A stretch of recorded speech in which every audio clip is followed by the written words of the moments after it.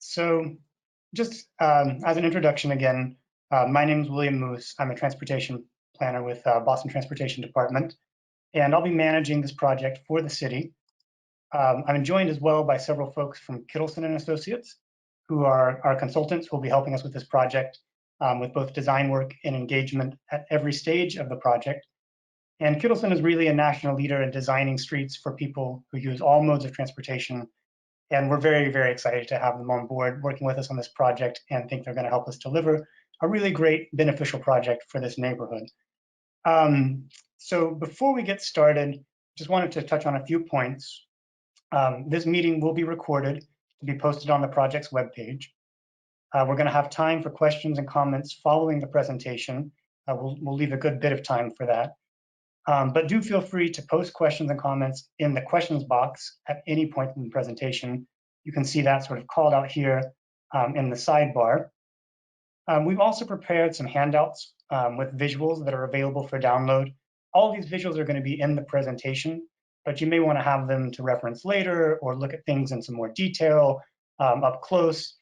So if you want to do that, where you see handouts here in the sidebar, you'll see a single file there that you can download if you want to open that and reference that either during the meeting or afterwards if you want to look at things in more detail. Obviously, we ask that you please be courteous to your fellow meeting participants, and thank you very much for joining us. So an update on public engagement. We had our first real public meeting for this project, a socially distanced pop-up on October 27th in Robert Lawson Park, right in the heart of Egleston Square. And we got a lot of great feedback from neighbors who walk, who bike, who drive, who take public transportation. And they gave us also a lot of good insights on some of the challenges that they face moving around in the neighborhood and some of their ideas about how we can make things better. Tonight's virtual meeting is really the companion to that in-person meeting that we did, and you'll be seeing the same materials that we presented in person in this presentation. And I'd also like to highlight that tomorrow night we'll be doing a virtual public meeting with the same contents translated into Spanish. So if you have any family, friends, neighbors who might be more comfortable engaging with this information in Spanish, please let them know about that opportunity. They can still register for the webinar through the project's webpage on the city website. And we're going to have additional engagement in spring of 2021. So this is really just the first round of public engagement. And I'd also like to just say that at any point throughout this process, we're available via phone, email, whatever format is most comfortable and convenient for you. I'll post my contact information at the end of the presentation. And also, throughout this process, we'll probably periodically go as well to tenant associations, neighborhood and civic associations to provide updates on the project, answer questions, get feedback, all of that good stuff. So there'll be plenty of opportunities for intermediate check-ins and feedback as well throughout this process. I do want to highlight the project webpage very quickly. This is on boston.gov. It's been live since about early October, and we'll post updates and materials related to the project here on the webpage, like this presentation, after we're finished with it. You can also sign up for the project mailing list here if you want to stay in the loop about the project. We'll let you know about any other upcoming events. And there is an upcoming events section on the webpage as well, where you can find details on public meetings or any other events that are relevant to this project. And point out as well that you can see here the presentation we'll have tomorrow night, the meeting we'll have tomorrow night in Spanish is up on the project webpage. And if you click there, there's all the details you need in Spanish to register and connect for that meeting tomorrow. I've also included the project web address down here. If you put it into your favorite search browser, Egleston Square Redesign Boston, it will also pop up as the first result, most likely. And I'll have the web page posted again at the end of the presentation. Before we dive into the presentation, I'd like to just really quickly go through an agenda. We'll first start with some project background. Where's the project coming from? What problems are we trying to address? And what solutions are potentially on the table? We'll also take a quick look at the project timeline and what the next steps will be. And then we'll dive into a look at the existing conditions in the study area with a look at topics like walking and biking in the study area, safety in the study area. And finally, we'll take a look at a very early initial proposal of street functions within the project limits. And then we've reserved a good bit of time at the end for what is really the most important part, which is getting questions, comments, feedback, discussion from all of you, because the objective of this really is to hear from you before we take the project any further. And so before we go too much further into the meeting, I want to make sure we all have a common understanding of what the project limits are, what streets and intersections are included in the project. So, at the heart of the study area is the Egleston Square intersection, Washington and Columbus Avenue, which we know needs a lot of help. But there's a lot of other neighborhood streets around that form an important little neighborhood network that we also want to take an opportunity to make improvements to through this project. So we're really talking about approximately from Dimmick Street in the north to Boylston Street and Chilcott Place in the south, the Southwest Corridor to the west, and then Walnut Avenue, Franklin Park, sort of the Washington Street corridor over to the east. And going back, and what we've heard both through previous planning processes and all the conversations that we've had with the community so far on this project has been very consistent. That people traveling to and through Egleston Square today experience unsafe motor vehicle speeds, uncomfortable conditions for people who are walking, poor bicycle connectivity, peak transit delays on 4 MBTA bus lines, and underutilized and sort of poorly connected public spaces. So to address these issues, these existing issues, we propose really two approaches. First, technical improvements, and then a permanent reconstruction. What do I mean by tactical improvements? Here we're talking about improvements that we can make using materials like paint, flexible posts, materials that are quick to implement, and designs that are fairly simple compared to a complete reconstruction. These tactical improvements aren't intended to be substitutes or replacements for permanent fixes. They're really looking for opportunities where we can make quick safety improvements or public space improvements until we can get around to doing a full design for these more complex reconstruction projects, sharing those designs with the public, vetting those designs through the community, and implementing them, which obviously takes a little more time. Some of the specific improvements that we'll be looking at will include pedestrian crossing enhancements to make those crossings safer and more comfortable for people who walk. Bicycle facilities and traffic calming are going to be a really key part of this project, with the goal of really making walking or biking in the neighborhood comfortable for people of all ages and all abilities, and providing really comfortable low-stress connections to the Southwest Corridor, to Franklin Park, and to other important neighborhood destinations in between. ADA compliance is going to be a key part of this project. We know that many of the sidewalks in the study area are deficient and poor from an accessibility standpoint today. So we will look to make improvements there wherever possible to bring those into compliance. And enhanced wayfinding will also be a part of the project, making it easier to navigate the neighborhood by bike or on foot. We'll look at opportunities to make signal timing improvements for all modes of transportation, making pedestrian crossings safer, hopefully reducing wait times for pedestrians if possible at some of these intersections. And also with the Columbus Ave bus lane in implementation, we'll look to maintain bus priority treatments on the Columbus Avenue corridor as well. So a quick word about the planning context. The Egleston Square Redesign project is really building on a series of planning initiatives that go back several years. And I'd like to touch on some of those briefly. These first couple of projects that are listed here, they have more of an influence on how we approach planning. So going back to 2010, the Boston Transportation Department released its Complete Streets Guidelines. And these really are about providing guidance to make our streets better and safer for people who are using all modes of transportation. Meanwhile, Vision Zero is a program, a commitment from the city to take action through design to eliminate fatal and serious traffic collisions on our streets by 2030. And unfortunately, the Egleston Square intersection, Columbus Avenue, and Washington Street are all crash hotspots today. And Go Boston 2030 is the city's long-range transportation plan. It also makes has specific projects that it recommends, and multimodal improvements for Egleston Square were prioritized as a project in Go Boston 2030.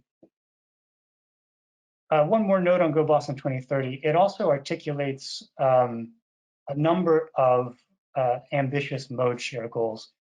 Basically, the goal here is over the next several years, we want to reduce driving alone by half while significantly increasing healthy, sustainable modes of transportation like walking, cycling, and using public transportation.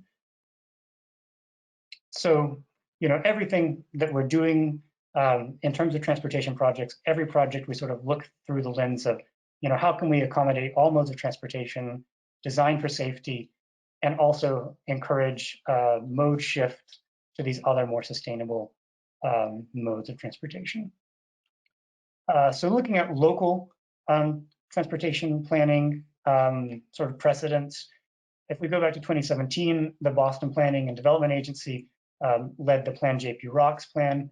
And although this focused on a lot of topics like affordable housing that are very important as well, transportation also was a key topic.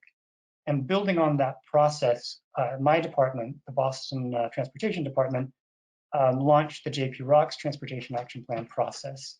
And working with the community, it identified and prioritized specific projects from Jackson Square to Forest Hills.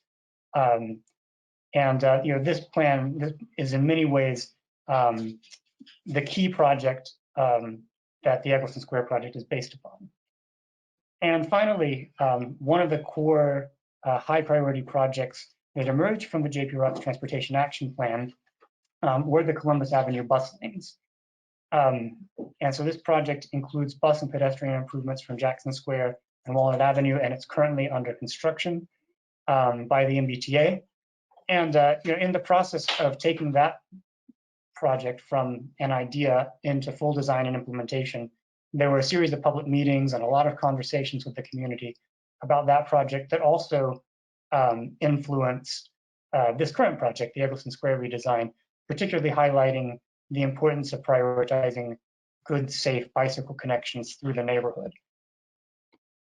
So zooming in briefly on the JP Rocks Transportation Action Plan, again, sort of the guiding plan for this project, you can see highlighted here the priority corridors, the specific streets that were called out in that plan for improvements, as well as the Egleston Square intersection, always at the heart of the project. And the goal really with the study area that we have here, the project limits, are to try to make improvements on as many of these priority corridors that have been identified as possible. But we've also widened the scope, broadened the scope just a little bit to include some other important connectors, like the portion of School Street between Washington and Franklin Park, and a couple of the streets on the north side of Columbus Avenue and Egleston Square that didn't get as much attention in the JP Rocks Transportation Action Plan, but that we think that through some safety improvements could really become important neighborhood connections, cross-neighborhood connections for biking and walking. So we want your feedback on some of those ideas today. So looking at the project timeline and the next steps, we kicked off the project a couple of months ago, and we've been busy working in the background, collecting existing conditions information, reviewing previous planning initiatives. And as I mentioned, we hosted our first public meeting in late October, and the goals of that meeting and the meeting tonight really are confirming the transportation and community needs, making sure we've understood those, making sure that all the all the comments and concerns that were raised through previous planning initiatives are still relevant. And we want to get your feedback so that we can take all that information and start actually moving into design for a lot of these improvements. In the spring, we'll come back with a conceptual design that we can share with the community again. We'll do another round of public meetings to get feedback on that. And then based on the feedback that we get on those designs, we'll continue to refine the permanent reconstruction designs. And also in 2021, we will look to implement any of the tactical improvements that are identified through the project and go ahead and get those in the ground. And then as the project designs for the permanent reconstruction near completion, we'll do another round of public meetings, have another round of discussion, feedback about the designs. We can make any final tweaks that are needed with the hope that we can start some of the permanent reconstruction either in late 2021 or 2022. So that's sort of the project timeline as it stands now, background. And at this point, I'd like to turn it over to my colleague, Meredith Sanders with Kittleson, who's going to take us through some of the existing conditions information and also an initial proposal of street functions in the study area. So thank you. All righty, thank you very much, William. All right, so the following slides, again, that were presented last week as part of the pop-up meeting, represent data that we have collected and summarized as part of the needs assessment task for the Egleston Square redesign. We've primarily used data from the JP Rocks Transportation Action Plan, the Columbus Avenue bus lane study, and a recent field visit to verify study area needs and the project design goals. So these first couple of slides summarize our review of conditions for people walking and biking in the study area. And before I get into it, this is just a reminder that we have and that you can access in your GoToWebinar control panel a PDF handout that includes a high resolution version of all of the maps that we're about to walk through. So if you prefer to download that, zoom in and out, I'll be walking through these maps, but some of them are quite detailed. So if you'd like to zoom into a particular intersection or location, you can do so via the handout. All right. So the first thing that we took a look at in terms of people's experiences walking and biking in the Egleston Square neighborhood was pedestrian activity through pedestrian counts.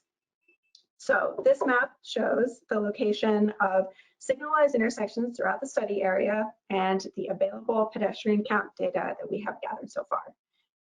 The information highlights the fact that is probably well known to all that Columbus Avenue is actively used by pedestrians. While we have fewer pre-COVID counts for Washington Street, the counts that we do have highlight the fact that that corridor is widely used as well. And then something else that we'd like to draw your attention to and can be seen in the sort of the difference between the black and then the red arrows is that while many people are crossing streets at marked crosswalks, they are also crossing streets in the study area and locations that do not have crosswalks, which indicates a need for those facilities that is currently unmet today. A couple of those locations include Columbus Ave at Dixwell Street and Columbus Ave at West Walnut Park. We also took a look at bicycle activity in the study area. So something that jumps out right away with this map is that, of course, the Southwest Corridor is actively used by bicyclists. That's that connection to neighborhoods along the Orange Line to downtown Boston that folks are regularly accessing today at the intersection of Atherton Street and Lamartine Street. Something to highlight in this map is that despite somewhat unhospitable conditions in terms of high speeds, high volumes, people are also biking on Columbus Avenue and these neighborhood streets connecting to Southwest Corridor Park. So the demand is lower, but it is there. People are using these streets to bike. We also took a look at important destinations in the neighborhood, which will ultimately inform decisions and conversations around where and how we prioritize designs for bicyclists and pedestrians. And so we're sure, we may be missing some important community destinations. So if you've got one that you'd really like to share with us, feel free to post it in the questions box, or, we can talk about it during the discussion portion of this presentation. But we've generally highlighted some key local businesses, schools, community centers, transit stations and stops, parks, and housing destinations in the study area. And then finally, we took a look at sort of consolidating and theming community comments from the JP Rocks Transportation Action Plan related to walking and biking in the study area. At a very high level, people have expressed a need for more bicycle infrastructure, safer pedestrian crossings, and the activation of space around the Egleston Square intersection. This was sort of a key theme in all of the maps that we put together related to community feedback. There's a lot of interest and concern around the intersection of Columbus Avenue and Washington Street. All right. And so before we move on to sort of the next needs assessment category, we put together a couple of polling questions similar to the ones that we asked folks during the pop-up meeting that we'd like you all to answer. And so I'm going to go ahead. There are 4 questions. We'll give everybody about a minute to answer each. And I'm going to launch the first question now.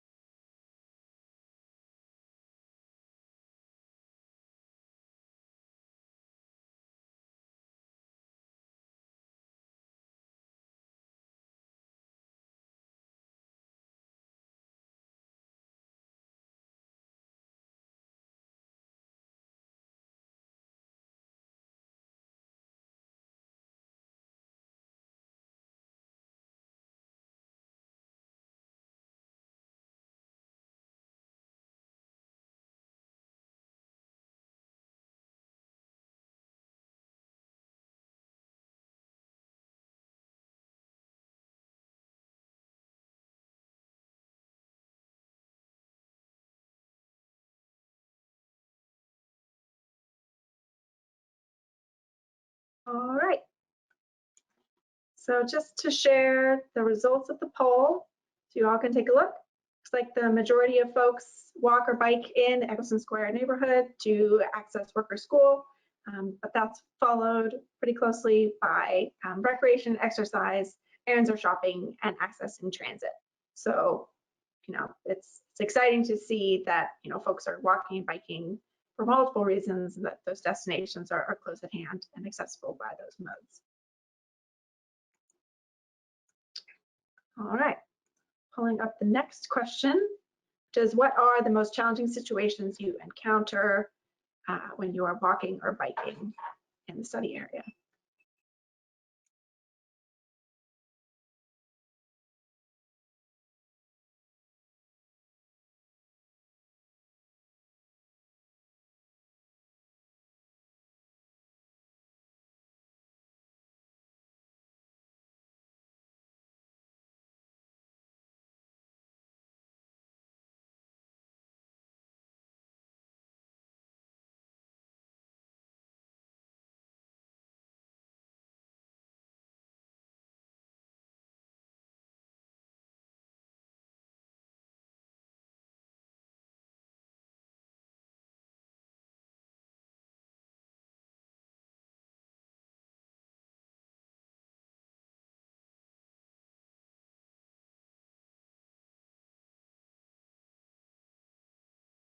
All right,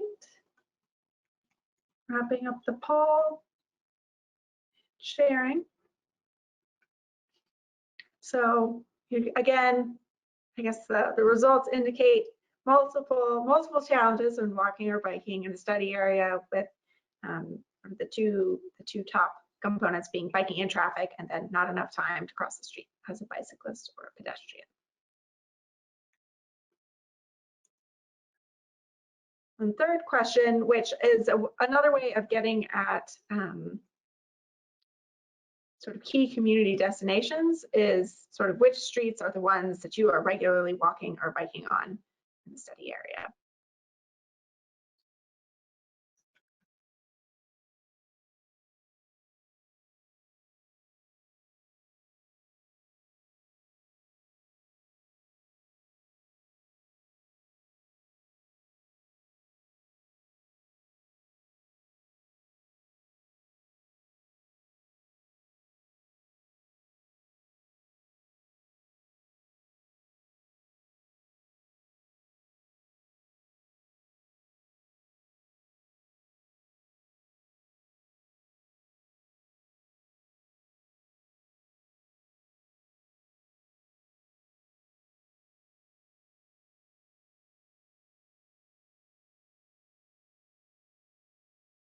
All right. Wrapping up. Sharing. Again, unsurprisingly, Columbus Ave and Washington Street are up there, followed closely by School Street and Amherst Street. And then our final question about your experience walking and biking in Egleston Square is, what keeps you from walking or biking more frequently in the study area?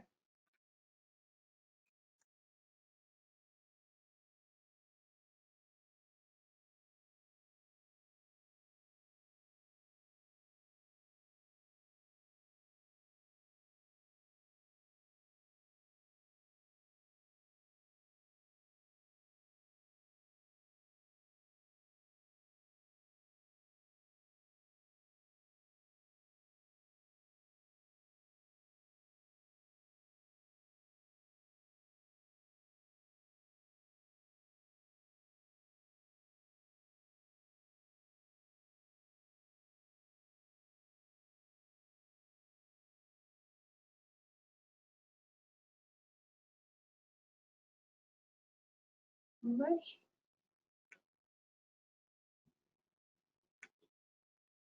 Go ahead and wrap up this last poll and share. Again, these key concerns about walking, biking the study area are the very ones that we're hoping to address as part of this project. So again, these were simple polling questions, but if you have additional feedback related to your experience walking or biking in the study area, please do add it into the questions box. We, as William mentioned, right, we'll have a longer discussion section at the end of this presentation where we'll go through your questions and have a chance to talk about them in more detail. I guess that's questions and comments. All right. So moving on to safety in the study area. And this is specifically transportation safety in the study area. We first started by taking a look at community comments and feedback gathered through Boston's Vision Zero and then the JP Rocks Transportation Action Plan public engagement process. And so the map on the left, again, highlights those community concerns submitted through Vision Zero and themes them. So in pink, you have comments related to inadequate bicycle facilities. Orange, which you can see quite a bit of along Washington Street, is related to inadequate pedestrian crossings. The green at intersections related to drivers failing to yield. Yellow, scattered throughout the neighborhood, is related to speeding. And we have some miscellaneous comments at key intersections. And the map on the right includes those community concerns specifically submitted through the JP Rocks Transportation Action Plan, focused on high vehicular speeds and dangerous intersections. And so I'd say the commonality between these two maps is that there are inadequate walking and biking facilities within Egleston Square, and people are either experiencing or perceiving unsafe driver behavior in the study area as well. We supplemented this feedback with a review of crash data from the Boston Police Department. This map, each individual point shows a specific crash that has occurred sometime between 2015 and 2020. The orange is a motor vehicle crash, blue, a bicycle involved crash, and red, a pedestrian involved crash. What we found was that there are key cluster locations along Columbus Avenue with high numbers of crashes, specifically Columbus Avenue and Walnut Avenue, Columbus Avenue and Washington Street, and Columbus Avenue and Dimmick Street.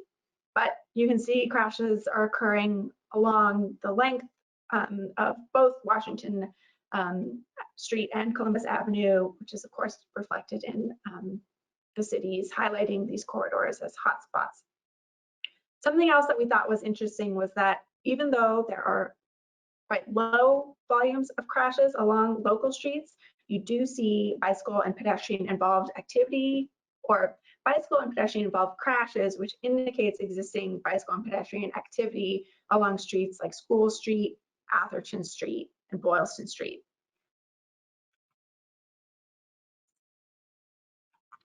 And so to wrap up the polling questions part of our presentation, we have two more for you all. So thanks for playing along.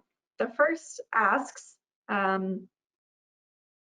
if there are any locations where you have specific safety concerns that were missing from our maps. So this is kind of funky one. If you do have a specific location that is important to you, please go ahead and add it to the comment box.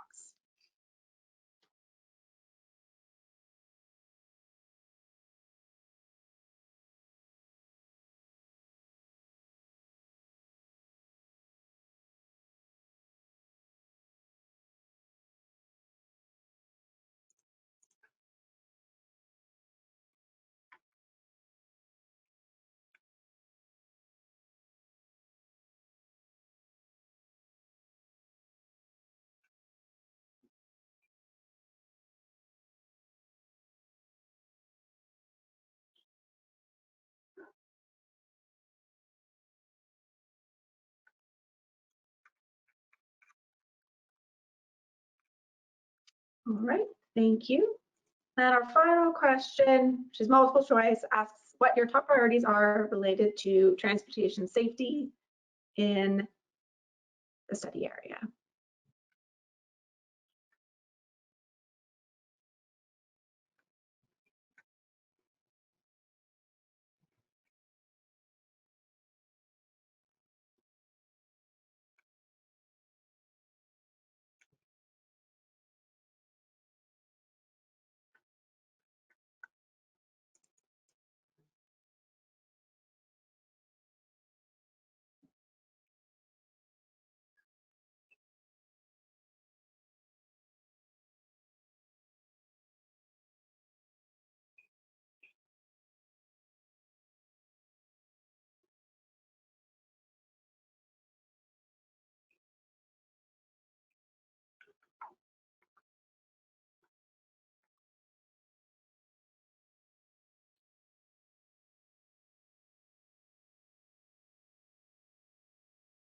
Alrighty, thanks everybody. Go ahead and share that feedback. So a big one is visibility and protection for moving vehicles as a bicyclist and as a pedestrian, which makes a whole lot of sense to me. All right. And with that, we move on to sort of what was the third and final set of boards at our pop-up meeting, and the results or the outcome of our needs assessment, which we really embarked upon to make sure that we were fully up to speed on the findings, the data, the recommendations from JPROC's Transportation Action Plan, but also to help verify the design goals for this project. Those design goals are to prioritize bicycle safety and comfort, to prioritize walking, pedestrian safety and accessibility, to improve the public realm, and to manage traffic flows. And so building on those design goals, we have developed a design process that we plan on using to help us, the design team, make decisions and talk about trade-offs during our upcoming phases of tactical 25%, then later phases of design.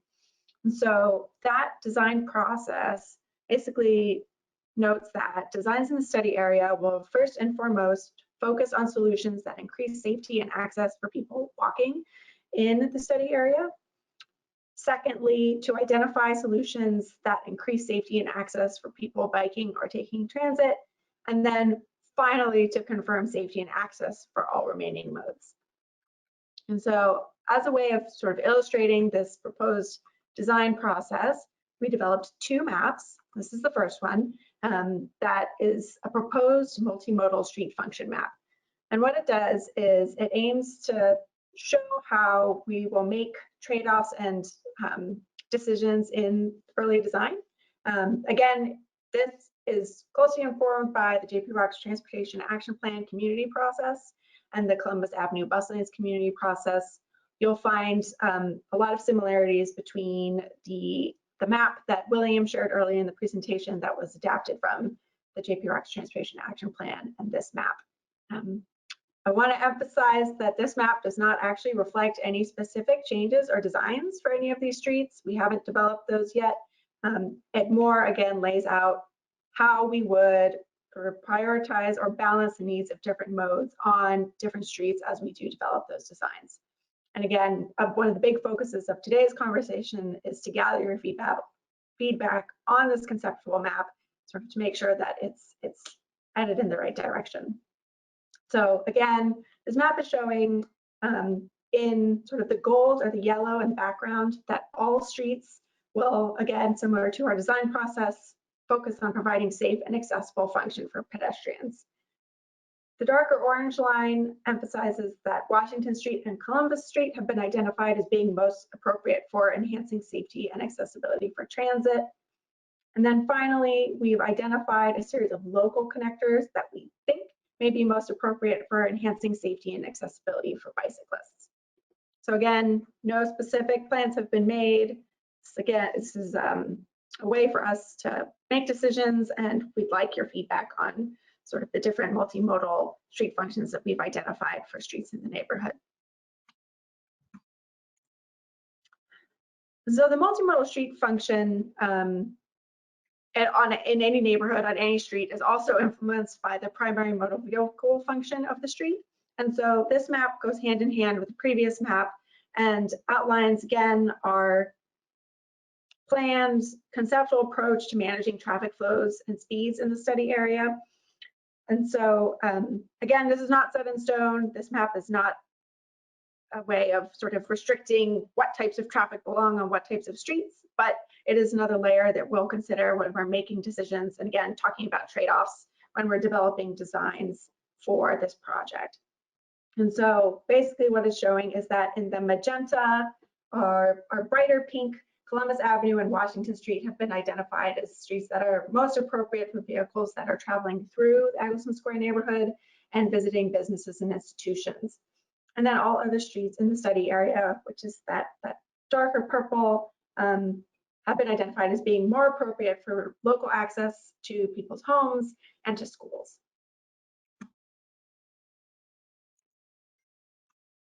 And so with that, we're actually going to move into the discussion portion of the presentation.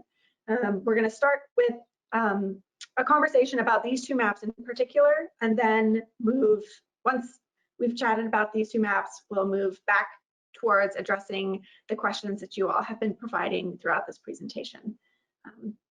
And so we'll start with the conversation around the multimodal street functions map. There are 2 ways that you can provide feedback. If you'd like to provide verbal feedback, please raise your hand and we'll unmute you in order as we go down the list. And if you prefer to provide written feedback, please leave those responses in the questions box. We'll start with the verbal feedback, and then once everybody has provided that feedback on this map, we can move to reading aloud and responding to written feedback. I guess, William, is there anything else that you'd like to share before we get started? No, I think that was great, Meredith. One thing I would like to say is, I think if you go to the figure of the street functionalities for motor vehicles, this is not trying to reflect necessarily what the existing conditions are. We know that some of these streets, like Amory Street, Boylston Street, are used to have a lot of sort of neighborhood cut-through traffic.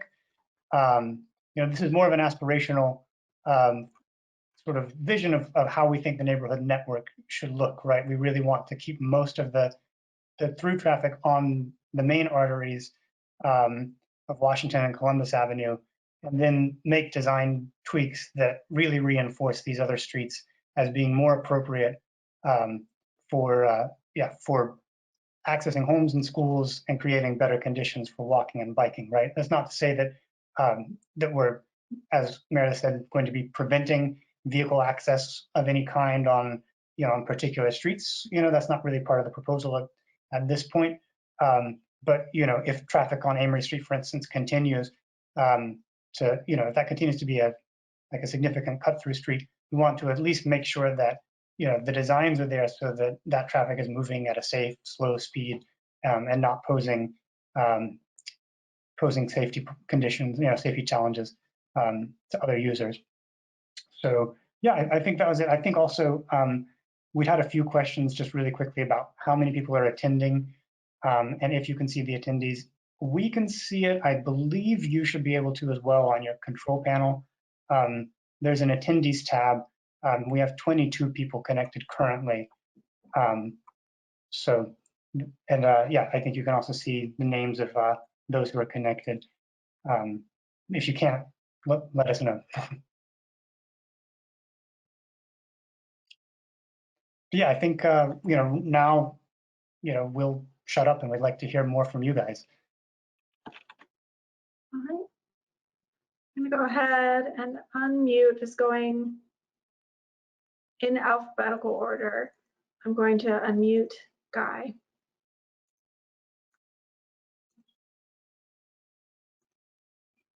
Or attempt to. One moment. Oh. There you go.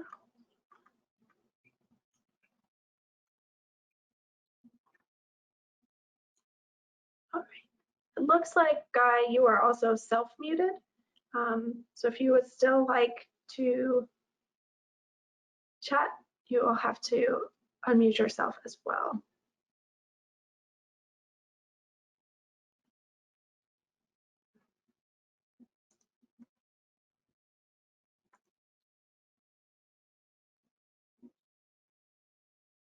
Okay, that looks like he has moved away from his computer. So going down the list to Louise.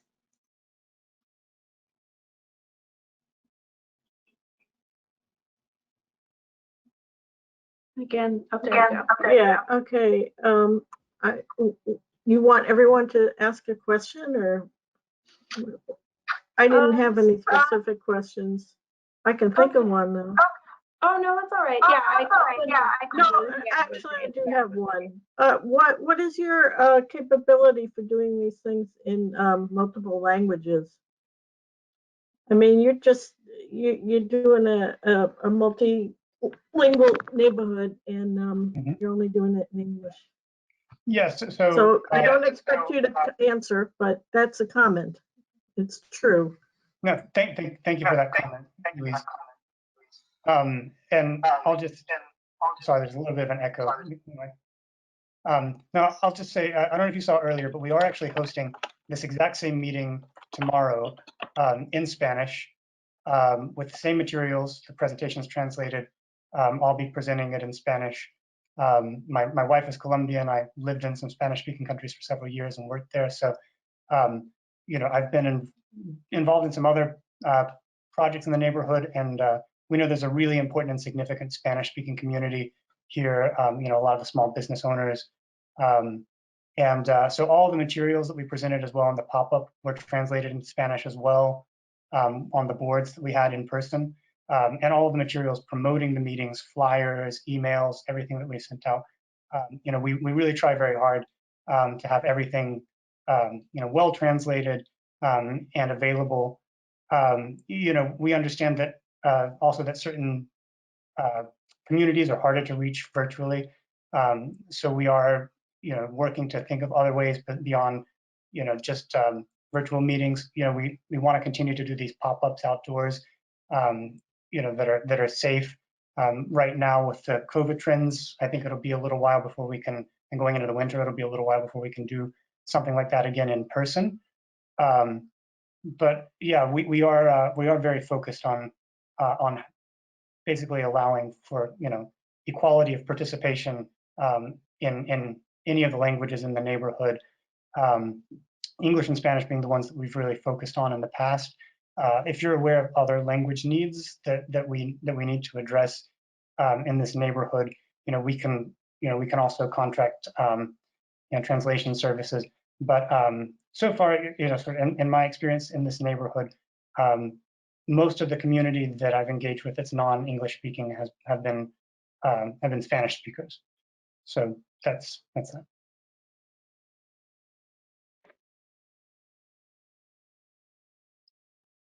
All right, thank you, Louise. Moving on to our next raised hand, we've got Sarah Freeman. Sarah, I'm going to unmute you.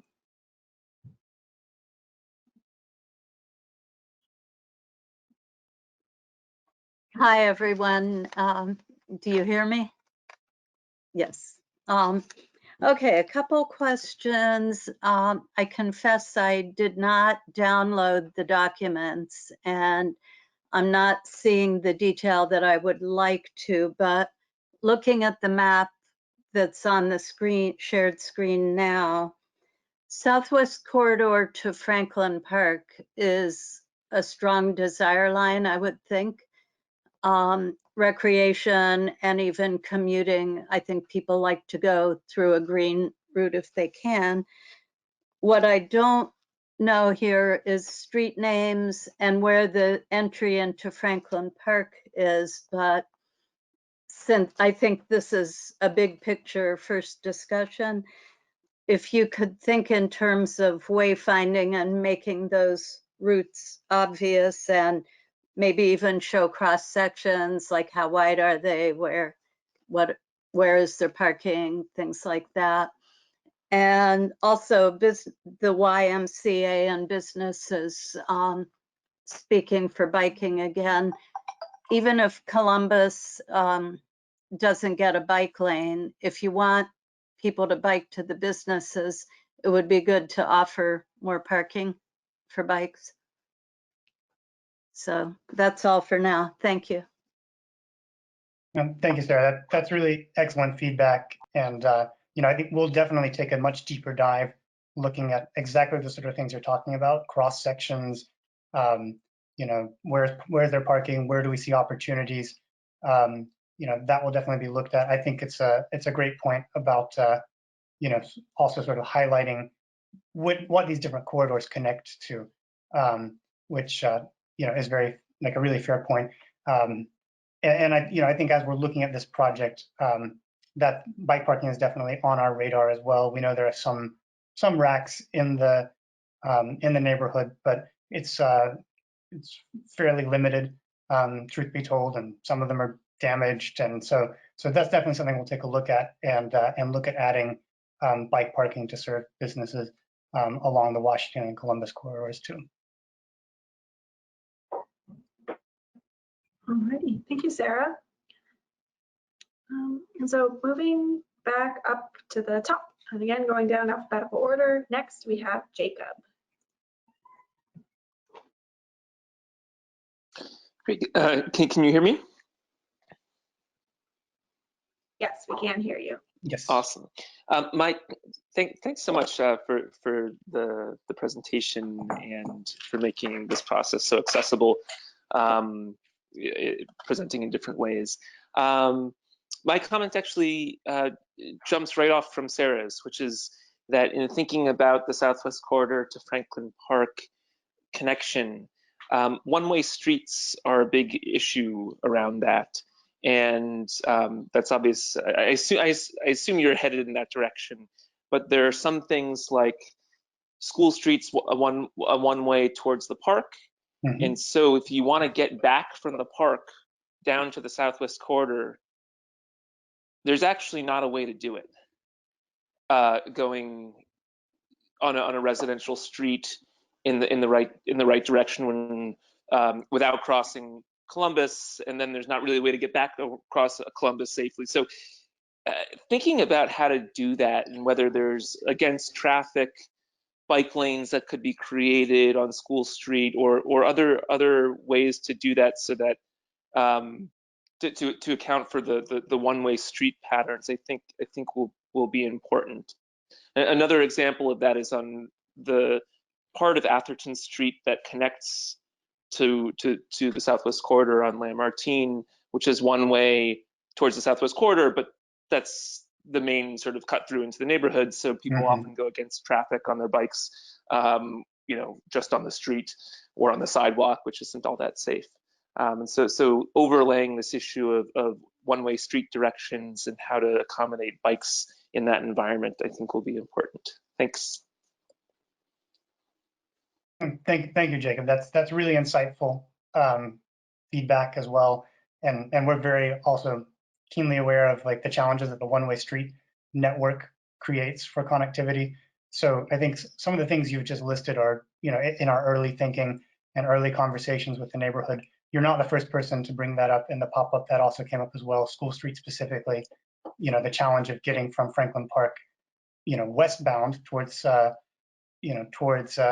Southwest Corridor, and also getting from the Southwest Corridor into Egleston Square. Those have been mentioned by several people. So, the point is very well taken, and that's definitely going to be something that we look at really closely. How can we better facilitate those movements for bikes?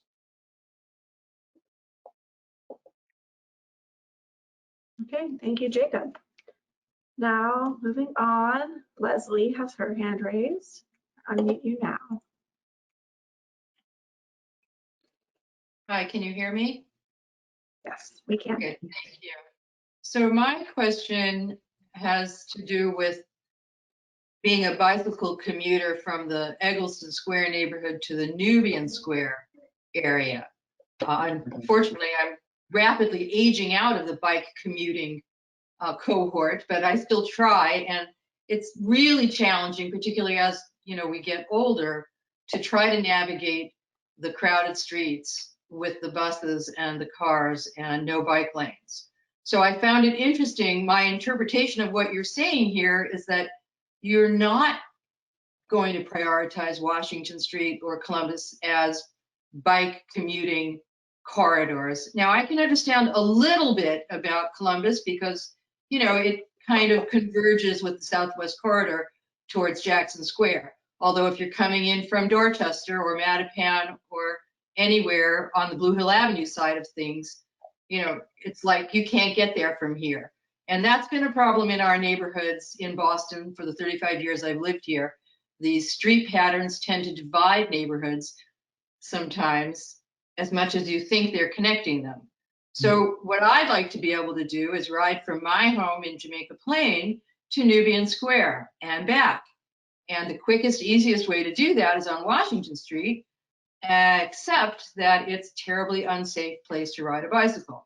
And the alternatives along Walnut and then, wiggling through and then going down Warren Street have their own set of challenges that make them less attractive as well. So your proposal doesn't solve that problem, it actually reinforces it. Yeah, Leslie, thank you for those comments. That's fantastic feedback, and we know that the conditions on Washington Street are frankly appalling for biking in many places. I think the reason that we haven't really highlighted Washington Street as a bike priority corridor for this particular project is because the focus of this is really on the square and sort of the crosstown neighborhood connections. And we definitely do want to take a look at Washington Street. We're getting a lot of, I think that's, the next really major corridor that we need to take a look at in Jamaica Plain and figure out, what the future of the street is going to be. Because today it's generally one lane of traffic in each direction and parking on both sides. And it's really hard to do anything better without, a significant trade-off, which I think is something that we need to have those discussions about and have and figure out, what the future of this corridor will be, basically all the way from Forest Hills to Nubian Square. I think just the what I'm trying to get at essentially is I think that's a much sort of larger corridor project in and of itself. You know, that might need to be broken into segments like a Forest Hills to Egleston segment or an Egleston to Nubian segment. You know, it's not to say that we couldn't make some improvements within the project scope, you know, for Washington Street. You know, I think it's definitely something we want to look at. But you know, I think we want to make sure that that there's actually like a larger network that it's sort of connecting into as well. And I think that's kind of the challenge, you know, trying to address Washington Street in its entirety to Nubian Square is kind of beyond the scope of this single project. But it is actually something that really has very much been on our radar, you know, in the, it's one of the core projects that came from the JP Ross Transportation Action Plan. But the recommendations were a little bit fuzzy. They were essentially like, make Washington Street better, you know, but didn't get into what those tough trade-offs will be. So, you know, I think probably in the next year or so is when we're going to start, you know, getting together resources from the city to start looking at Washington Street as a corridor and thinking about the vision of Washington Street longer term. You know, also, you know, a really important context is there's a lot of development activity happening along portions of Washington Street, right?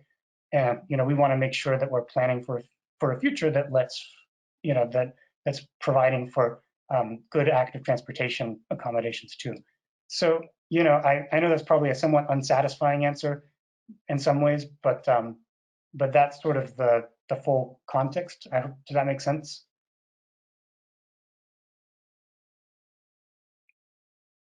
Yes, sorry. It does make sense, William, because it's a hard problem to solve. I just want to emphasize that Egleston Square is the worst part of the Washington Street corridor, and they have tried to put a little bit of bike path on the Forest Hills section of Forest Hills. And once you get past like the Walgreens or, you know, you get towards the mosque, Washington Street becomes wider and a little easier to navigate on a bicycle. So the really awful part is the Jamaica Plain side of Egleston Square on Washington Street, the commercial section, and crossing the intersection with Columbus. So I agree with you that, you know, it would be nice to put this in the context of a Forest Hills to Nubian Square corridor, but, you know, that may never happen. And we're doing this now, and this is actually the worst part of the whole corridor. Yeah, that's really great feedback. And like I said, we're not, you know, we're not looking to preclude anything that could happen here in the future for bikes. And we're also, you know, I think open to looking at potential bike enhancements, you know, within the project scope. I think I'm just trying to like also manage the expectations that there'll need to be a limit to how far we could take that, because, you know, it just requires lots of community conversations and lots of design work that's beyond just the scope of what this one project can take on, you know?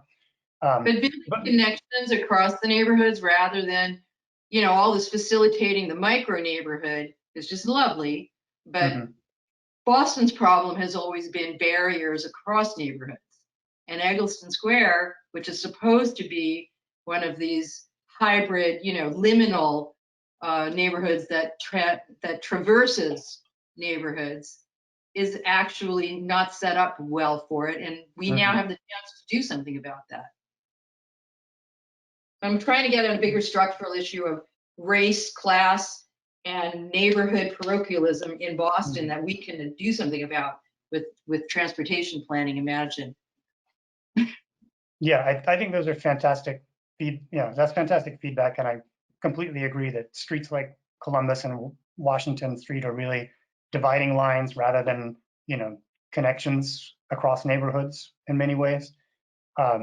So, you know, I think obviously this project, I agree with you, is a great platform for having those conversations and looking at opportunities for improvement.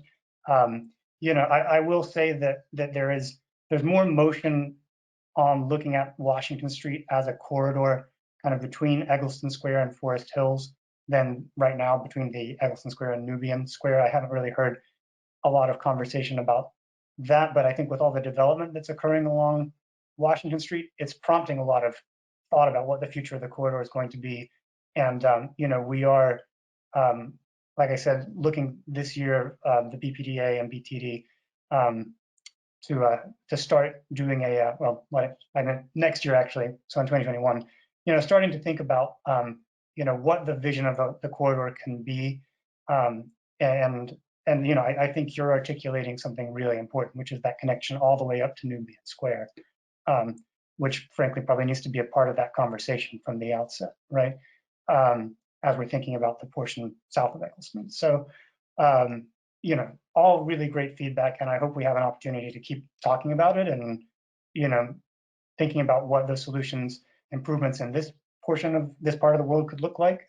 But also, starting those conversations that could also, I hope, sort of be the seed for more of a corridor vision that frankly I would love to work on,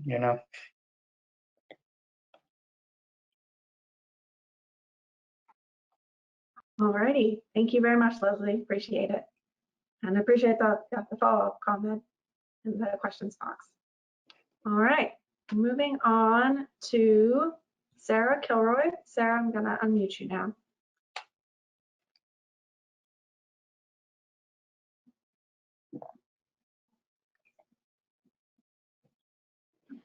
And you may have to unmute yourself as well. Okay, I think I'm unmuted now. Hi, everybody. Good evening. I'm Sarah Kilroy. I'm the Executive Director of the Friends of the Rafael Hernandez School, and I really appreciate all of you taking the time to put this together, and Carolyn for reaching out to us and making sure that we knew this was happening. Our school is on the map, and I don't know how familiar you are with the project around our playground that took place a couple of years ago.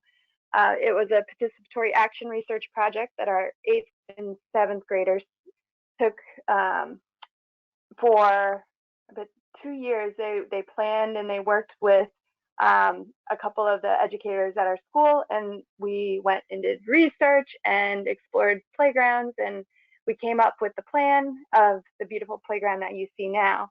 And so my question to you all is, given the location of this development and renewal, and the fact that we have a couple of schools in our neighborhood right there, how much have you tried to reach out and think about how to engage our young people in this process?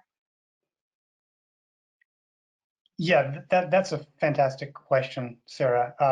So we're actually, very early on, we started some conversations with Bikes Not Bombs, which is a nonprofit in the neighborhood that you might be familiar with. They're on Boylston Street, and so we're actually actively working with them to try to hire a neighborhood youth who would help out with some of this community process and the engagement side of the project. And separately, I believe that the Boston Cyclists Union is taking their own initiative to try to hire, I think, up to 3 neighborhood youths as well to engage in the project. And I mean, I think you also just hit on a super important point, which is the density of schools that are in this area, and the really deficient conditions on School Street today for streets that have families and kids. And I think that's something that we definitely want to have be a core part of this project, is improving those conditions. And so I think we also need to, beyond just engaging with youth, I think we also have to have good engagement with the schools themselves. And I know things are strange right now, but in normal times, these schools have operational needs as well that we'll need to understand really well too, before we start making significant changes to any of these streets. So I think we'd be very open to to options that that engage youth. If there are ways that we can safely involve them, and and doing things like maybe helping out with gathering data or something like that. Thinking of ways that they could be engaged. I'm very open to talking about that and seeing if those are there are options that we can explore safely to engage neighborhood youth. I mean, I think that's I'd be really interested in that. And I, like I said, I also think it's on our to-do list very early on in the project to start having also sort of more one-on-one conversations with all the schools within the study area to understand what their operational needs are, throughout, the day and the year, and making sure that everything is still functional for the schools, but that we're also able to potentially make some changes to these streets for safety improvements. So I hope that answers the question.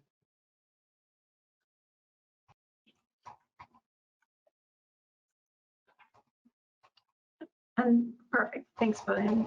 And then I know this is sort of going a little bit backwards to the earlier part of the presentation, but we anticipate having 2 more rounds of public engagement at different points in this project. So next would be spring of 2021, and they may take similar forms to this, with actual public meetings and hopefully some more in-person pop-ups. And we're open to a conversation about how we can, I guess, tweak or modify that plan for those next rounds of public engagement to more actively include the feedback of the kids who are, walking, biking up School Street to get to school.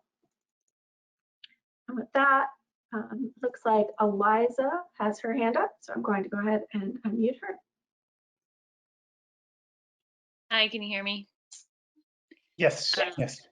So I just wanted to follow up after William shouted out the Boston Cyclists Union. I'm the director of organizing at the Boston Cyclists Union. I'm a JP resident, former Egleston Square resident, but currently near Forest Hills.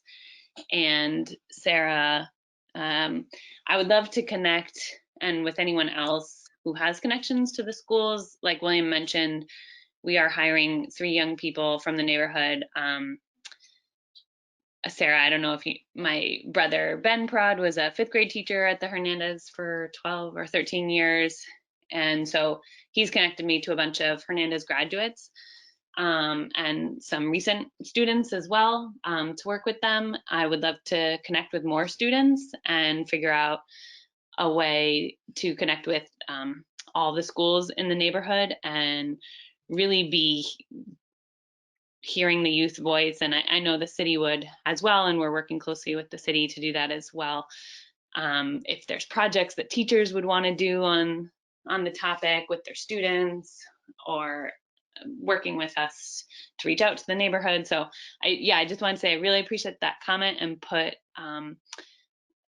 out myself as a resource. Also, if you're interested to follow up more around that work, the Boston Cyclists Union, our office is in Roxbury Crossing, and we have a lot of members in Jamaica Plain and Roxbury. So this project is really important to us, and we're working with Bikes Not Bombs as well as a close partner on it to make the area better for walking and biking and transit users. So yeah, that's kind of all I have for now. I'm just taking it all in and appreciate everyone's comments, and that you're taking the time out on this really critical day in our nation's history to be at the meeting. So Yeah, I second that. you can find my information on bostoncyclistunion.org if you're interested to reach out. I would love to hear from you. Thanks. Alrighty, thank you so much, Eliza. And it looks like we have one more hand raised. Jonathan, I'm unmuting you now.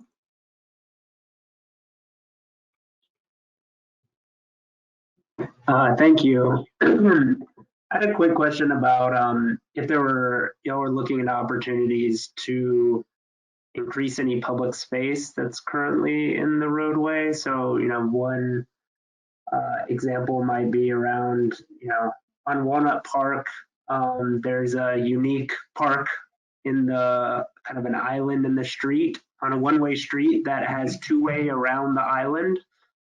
So I'm curious if y'all have looked at that, and also where Bray Street hits Washington, which is super wide. I know in this area, parking is a major concern, but I was curious if that was part of your scope. Yeah. thank you for bringing that up. I think we did touch on it briefly, sort of some of the issues around activating the public space and connecting the public spaces, because that was something that came up in a lot of the earlier conversations as well, about how there are these little sort of moments and spaces in the neighborhood, like the Robert Lawson Park, the Peace Garden, the Urban Edge parcel that's at, I want to say, Dixwell in Columbus, and the sort of little median space you're mentioning there, as well as Bray Street. Those are all great ideas. So Bray Street is actually, was a project that came out of the JP Rock's Transportation Action Plan that proposed closing one of the legs of Bray Street, tightening that up, and doing something with that space. So I think that's something that we can definitely explore. And I think one of the goals really is, through wayfinding and creating better pedestrian and bike accommodations as well, sort of tying together this little network of spaces so that people are kind of aware of them, and that they're more sort of knit together, if that makes sense. Again, we're not prescribing anything specifically at this point, and the focus is, it's more of a transportation project, looking at safety improvements, but to the extent that we can, also make public space improvements for the neighborhood, I think we're very interested in exploring that too.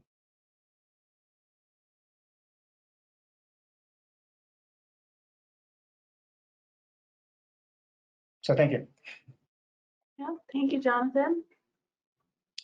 All right, headed down the list, it looks like we don't have any other hands raised immediately, and we've got about 15 minutes left.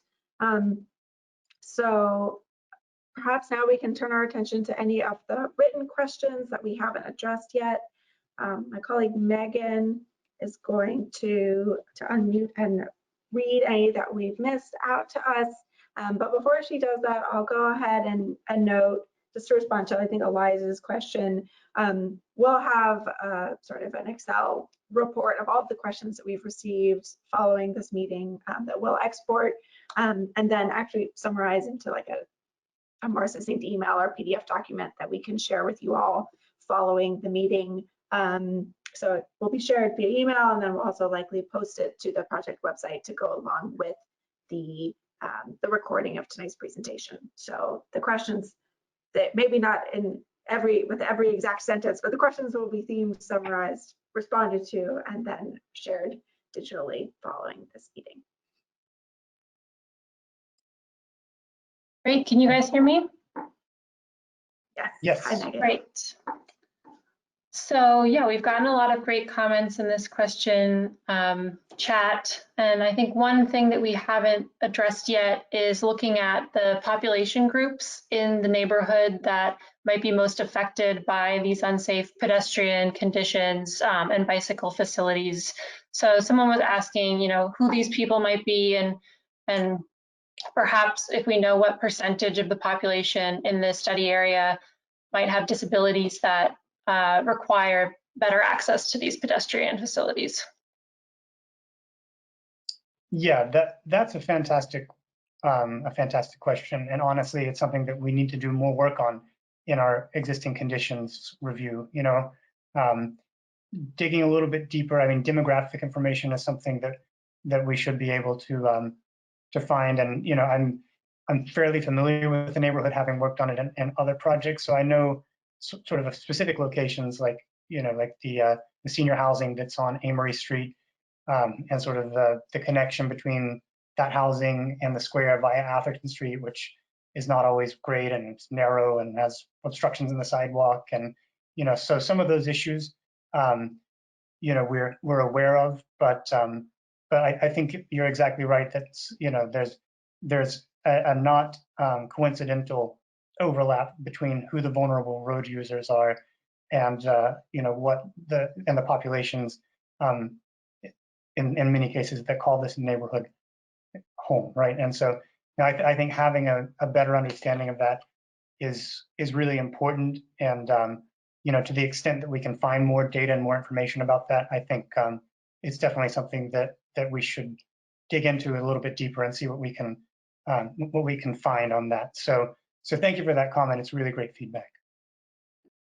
And to build on that, William noted there's more digging we can do, and we're happy to do it. We are still in the midst of the needs assessment process. This community engagement process itself is sort of being incorporated as another data point into the larger needs assessment. And so that final document that will inform the next phases of the project will again include the feedback that we've been receiving through this and through the pop-up meetings, and we're also still actively gathering different data sources. So this is a super suggestion, and we'll certainly keep in mind as we wrap up that document later this year.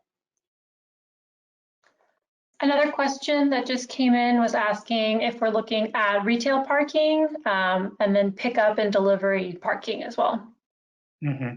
Yeah, that's a really good question, because I think obviously parking will be a very sensitive issue on all these streets. So we have to think carefully and understand sort of what it's being used for, by who, and how well is it being used, right? So, right now, not all the parking is regulated in the study area. And I think for much of the business area, it's like 2-hour parking, no meters or anything like that. So, I mean, one thing that I'll say is that we've had really great sort of working relationship with the Egleston Square main streets. And there's also a little group of the Spanish-speaking merchants, like that are the commercial leaders of Egleston, is what they're called, that we did had some conversations with around the Columbus Ave project. So, I think we're very interested in looking at, and not just interested in, I think it's going to be a critical part of the project to look at curb use regulations and how can we make those work better, right? So that loading needs are happening, so that the businesses are, we're supporting these small, in many cases, immigrant-run businesses that, create the amazing and, really sort of vibrant, special, unique character of this neighborhood. But there might be opportunities that through better parking regulations, we can actually make it work a lot better, and even potentially unlock some space on the street that we could use for safety improvements as in the same time. So I think looking at both Washington and Columbus and the commercial sort of uses and parking is going to be really important. Other than that, we have discussed a lot of the other comments that have come in, and I don't see any other outstanding questions here. I do see Sarah's hand up again, actually. So go ahead and unmute her. Hi, if we have another minute, it occurred to me that a couple of the slides or the questions talked about it being uncomfortable or unsafe because of speeding. Are you entertaining any kind of traffic calming? And if so, what? And then one other, if I can say it while I remember, in your look at parking, I'm always surprised, my eyes were opened in JP, that initially Center South Main Streets did a survey like many years ago now, and found that a lot of the parking was actually being used by employees. And so it wasn't benefiting business visitors as much as one might think, and wonder if you plan to look at that. Yeah, that's a great point. And I've heard actually from Denise Delgado from the Egleston Main Streets that parking for employees and business owners is a really big issue in the neighborhood as well. I think right now, if I'm not mistaken, the YMCA is actually letting a lot of the businesses have their employees park there in that lot that's there at the YMCA. But it's been an issue because a lot of the business owners of these small businesses, in many cases, have been priced out of the neighborhood and live further away and drive in. So I think trying to find solutions for that is going to be really important. I'll note there are 2 municipal lots right by the square as well, one on the north side of Egleston Square and one on the south side, both off of Washington Street. And I think looking at those assets, because they are municipal assets, and how we might be able to use those better. I think that's going to be part of this as well. And then addressing the comment about, or the question about traffic calming and speeds, I think there's really two factors that we really have to look at to make streets comfortable for people biking, and it's both volumes and speeds, right? So if you're biking on streets that have high volumes without separation, that's very uncomfortable. If you're biking on streets that even have low volumes but high occasional speeds, that's really dangerous and uncomfortable too, right? So I think, we'll be looking at, depending on the context of each street, ways that we can manage both. Thank you. That's a perfect slide. Ways that we can manage both speed and volume, right? So for some of these neighborhood streets, there might be changes we could make to really discourage cut-through traffic and reduce volumes, as well as speeds. For streets like Washington Street that are always going to have to carry, some significant, and Columbus Ave will carry some significant amount of regional traffic. I think there are other measures there that we could look at related to, creating safer speeds, through street design, right? Creating cues that help force drivers essentially to slow down to safe speeds that don't endanger pedestrians and cyclists. It is a challenge on these streets, frankly, but I think, yeah, traffic calming is something we'll be looking at in various forms and through various means on, throughout the study area. Does that answer the question, or any? Thank you. Yeah. And we do have a little more time, so if anybody has any lingering questions or, about next steps or something we presented or anything at all, chime in, please.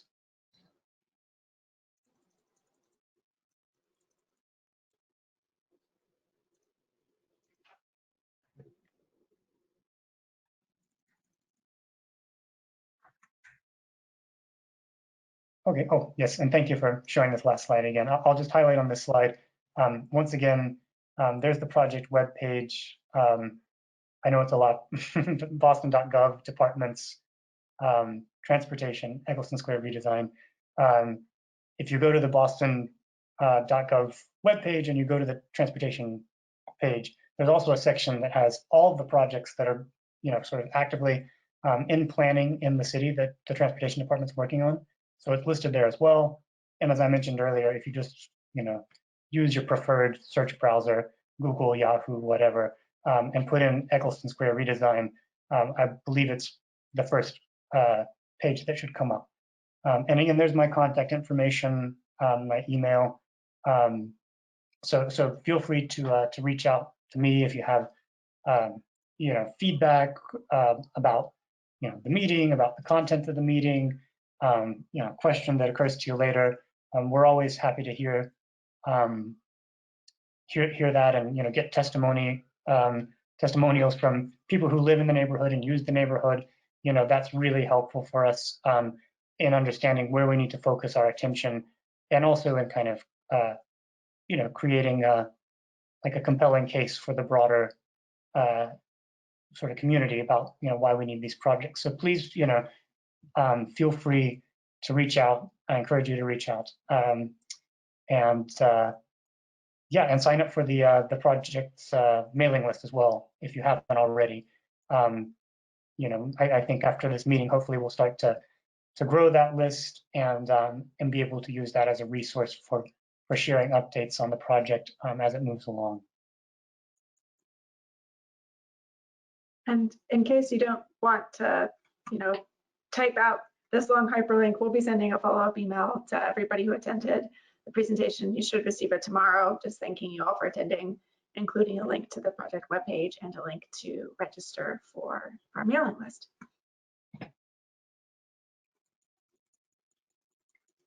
Great, oh, and thanks, it looks man. like, and it looks like actually Carolyn raised her hand. Sure. Unmute Carolyn. It just occurred to me, and maybe you mentioned this before, but with Amory Street will get kind of an extra special look as all the housing comes in down there, and traffic, it won't be immediate, but Mhm. that will see so much more, and it is such a little narrow street, but Mhm. is that going to get some attention there?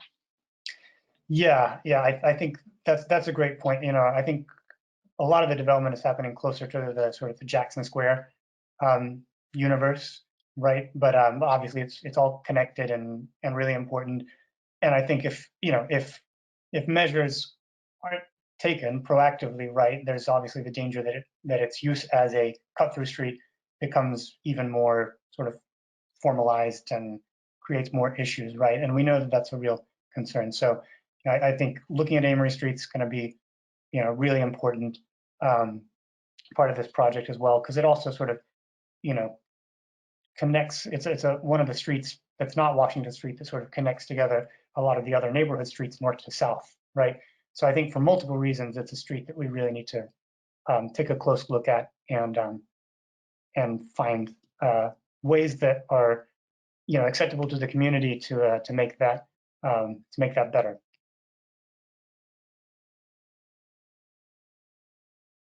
And and I'll just say I wasn't involved in a lot of the review of those initial projects, development projects that have been approved that are going in around Jackson Square. But future projects, I'm also the planner who works with the BPDA on project review in this neighborhood. So that's very helpful as well for making sure that any new development is coordinated and is thinking about what the city's goals are for these streets, and wherever possible are also helping us to make improvements to these streets.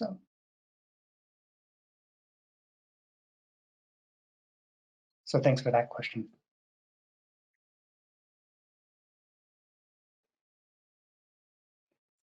Anything else before we conclude?